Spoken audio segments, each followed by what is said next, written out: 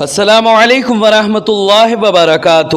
حضرات محترم، آج ہم انشاءاللہ عز و جل اپنی اس مختصر سی ویڈیو میں روزے کے احکام کے بارے میں جانیں گے کہ آخر روزے کے احکام کون کون سے ہیں۔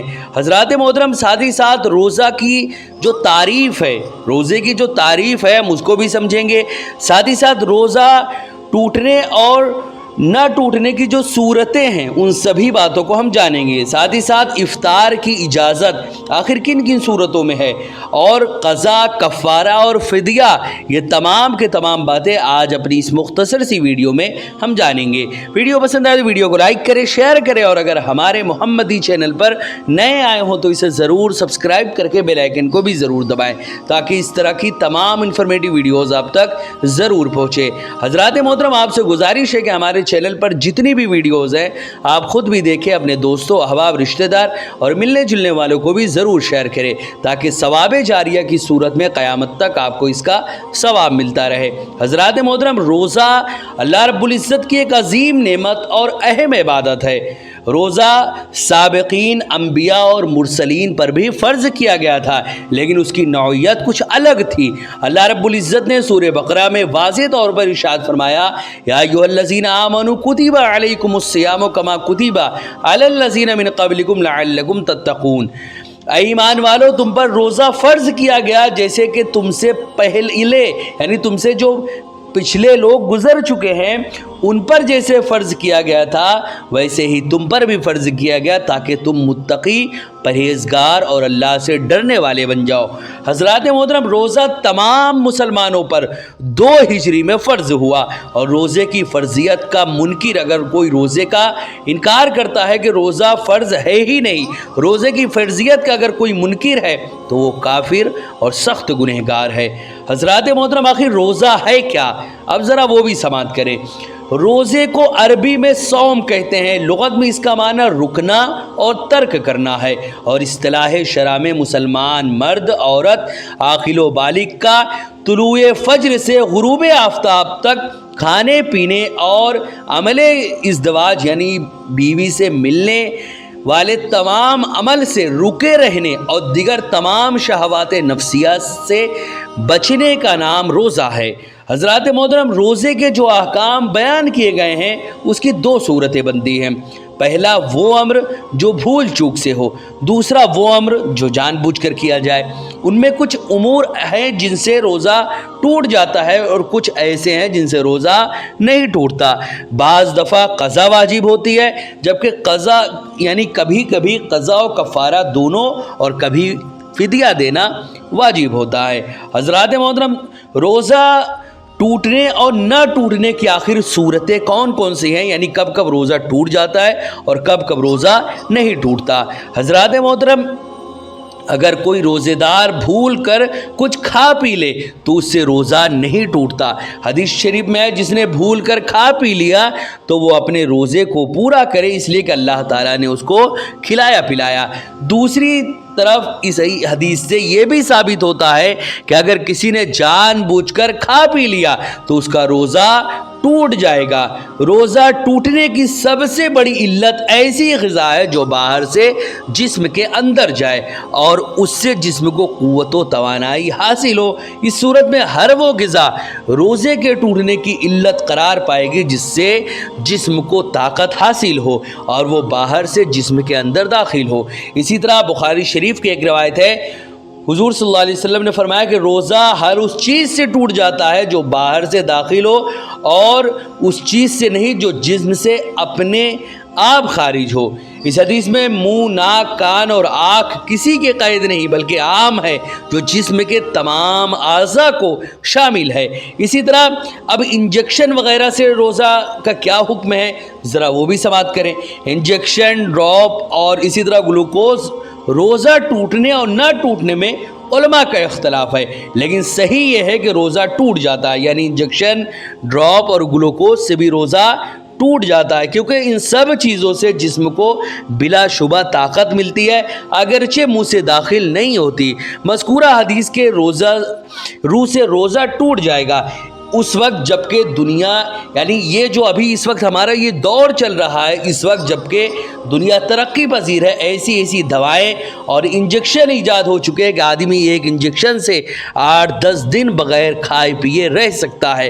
بعض لوگوں نے مجبوری میں انجیکشن لگوانے کو جائز قرار دیا کہ اگر مجبوری ہو تو ایسی صورت میں جائز ہے۔ اگر کوئی روزہ دار سخت بیمار ہو اور وہ دوا نہیں کھائے گا تو جان جانے یا مرض بڑھ جانے کا شدید خطرہ ہے، ایسی صورت میں دوا تو نہیں کھا سکتا لیکن مجبوری کی وجہ سے انجیکشن لے سکتا ہے۔ اسی طرح گل کے استعمال سے، جو کہ بہت سارے لوگ گل یعنی وہ جو گل تماکو یعنی گل وغیرہ آپ میں سے بہت لوگ کرتے ہوں گے، گل منجن جسے کہتے ہیں، کہ گل وغیرہ کے استعمال سے بھی روزہ ٹوٹ جاتا ہے، کیونکہ روزے کی حالت میں گل کا استعمال کرنا خواہش کو پورا کرنا ہے، جیسے تماکو کے استعمال سے۔ اسی طرح گل میں نشہ بھی پایا جاتا ہے، خواہ تھوڑا ہو یا زیادہ، اگرچہ اس کے استعمال کرنے والے پر نشہ کا اثر نہیں دکھتا ہے لیکن اس سے کچھ سرور ضرور ملتا ہے۔ اسی طرح گل کے استعمال سے غالب گمان یہ ہے کہ اس کا عرق جو ہے یعنی اس کا عرق جو ہے وہ حلق سے نیچے اتر جائے گا تو روزہ بالاجماع ٹوٹ جائے گا، اور اگر نہیں بھی گیا تو اس کی ممانعت میں کوئی شک نہیں۔ اسی طرح امام احمد رضا فاضل بریلوی رحمۃ اللہ علیہ فرماتے ہیں کہ پان جب منہ میں رکھا جائے گا تو اس کا عرق حلق میں ضرور جائے گا۔ تمباکو اور اس جیسی کوئی شے جو کھائی جاتی ہے اگر وہ منہ میں ڈالی جائے گی تو یقیناً اس کا باریک اجزاء لعاب کے ساتھ حلق میں جائے گا، اور ان چیزوں کے استعمال سے جو روزہ جائے گا اس کی فقط قضا نہیں بلکہ کفارہ بھی ضرور ہوگا کہ ان میں صلاح بدن اور قضاء شہوات ہے۔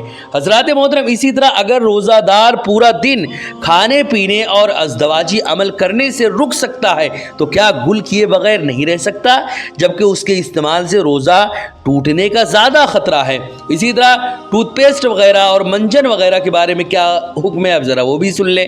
ٹوتھ پیسٹ اور منجن اگرچہ گل کے قبیل سے نہیں، لیکن اگر اس کا استعمال کیا گیا اور اس کا مزہ حلق سے نیچے اتر گیا تو روزہ ٹوٹ جائے گا، اور اگر حلق سے نیچے نہیں گیا تو بھی احتیاط ضروری ہے۔ اسی لحاظ سے علماء کے نزدیک اس کی ممانعت آئی ہے، اور حقیقت میں دیکھا جائے تو اس کی کوئی ضرورت بھی نہیں ہے، کیونکہ اس کا اچھا بدل مسواک کی شکل میں موجود ہے، اور اگر مسواک نہ ہو تب بھی انگلیوں سے مسواک کا کام لیا جا سکتا ہے، اور بغیر ٹوتھ پیسٹ صرف برش وغیرہ سے بھی اس کا استعمال کیوں کیا جائے جو روزہ ٹوٹنے کی صلاحیت رکھتی ہے، جبکہ اس بات کا زیادہ امکان ہے کہ بے اختیاری اور بے توجہی کے بنا پر یہ چیزیں حلق سے نیچے اتر سکتی ہیں، اس لیے ان چیزوں سے احتراز لازم ہے۔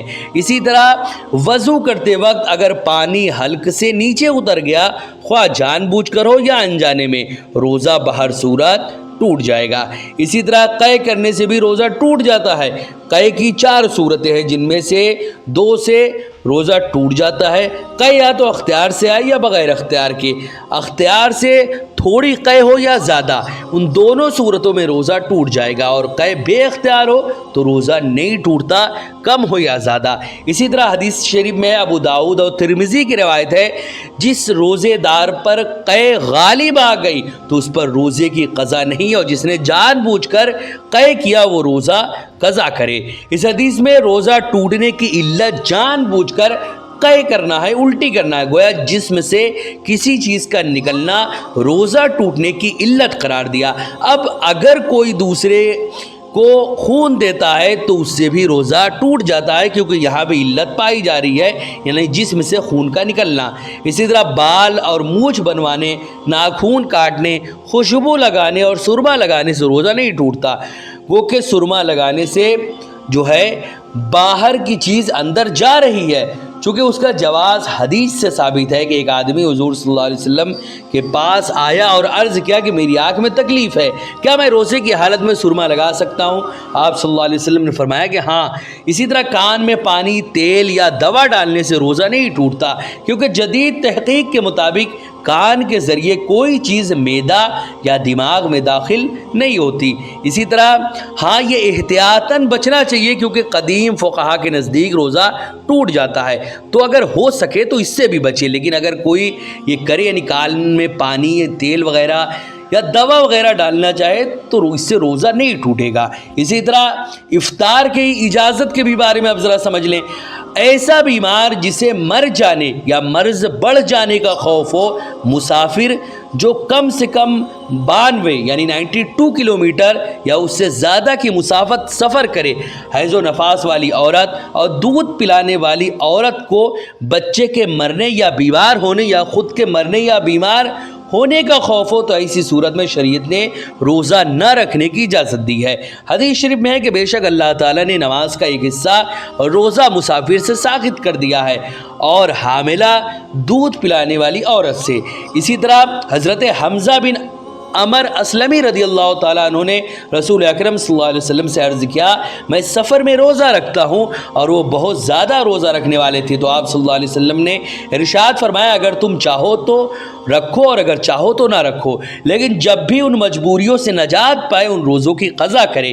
قرآن پاک میں ہے فمن کانا منکم مریضا او علی سفر فعدۃ من ایام اخر، تم میں سے جو شخص بیمار ہو یا مسافر ہو تو دوسرے دنوں میں روزہ رکھے۔ اس آیت سے یہ بات سمجھ میں آتی ہے کہ روزے دار سخت بیمار ہونے کی صورت میں روزے کی قضا کرے۔ اسی طرح قضا، کفارہ اور فدیے کے بارے میں بھی ذرا سماعت کریں۔ روزہ چھوٹ جانے یا ٹوٹ جانے کی وجہ سے روزے دار پر 3 چیزیں لازم آتی ہیں: قضا، کفارہ اور فدیہ۔ قضا عذر شرعی کی بنا پر روزہ نہ رکھنے والے پر دوسرے دنوں میں روزہ کی قضا کرنا واجب ہے۔ کفارہ عذر شرعی کے بغیر روزہ توڑنے پر قضا اور کفارہ دونوں واجب ہے۔ اگر کسی وجہ سے روزہ ٹوٹ گیا تو روزے دار پر پورا دن روزہ دار کی طرح گزارنا واجب ہے۔ جیسے وضو کرتے وقت پانی حلق سے نیچے اتر گیا تو روزہ ٹوٹ گیا۔ اب روزے دار پر پورے دن بھوکے رہنا لازم ہے۔ اگر کچھ کھا پی لیا تو قضا اور کفارہ دونوں واجب ہوگا۔ اسی طرح دودھ پلانے والی عورت بچے کے مرنے یا مریض ہونے یا خود کے مرنے یا مریض ہونے کے خوف سے روزہ ترک کرتی ہے تو اس پر فدیہ واجب ہے۔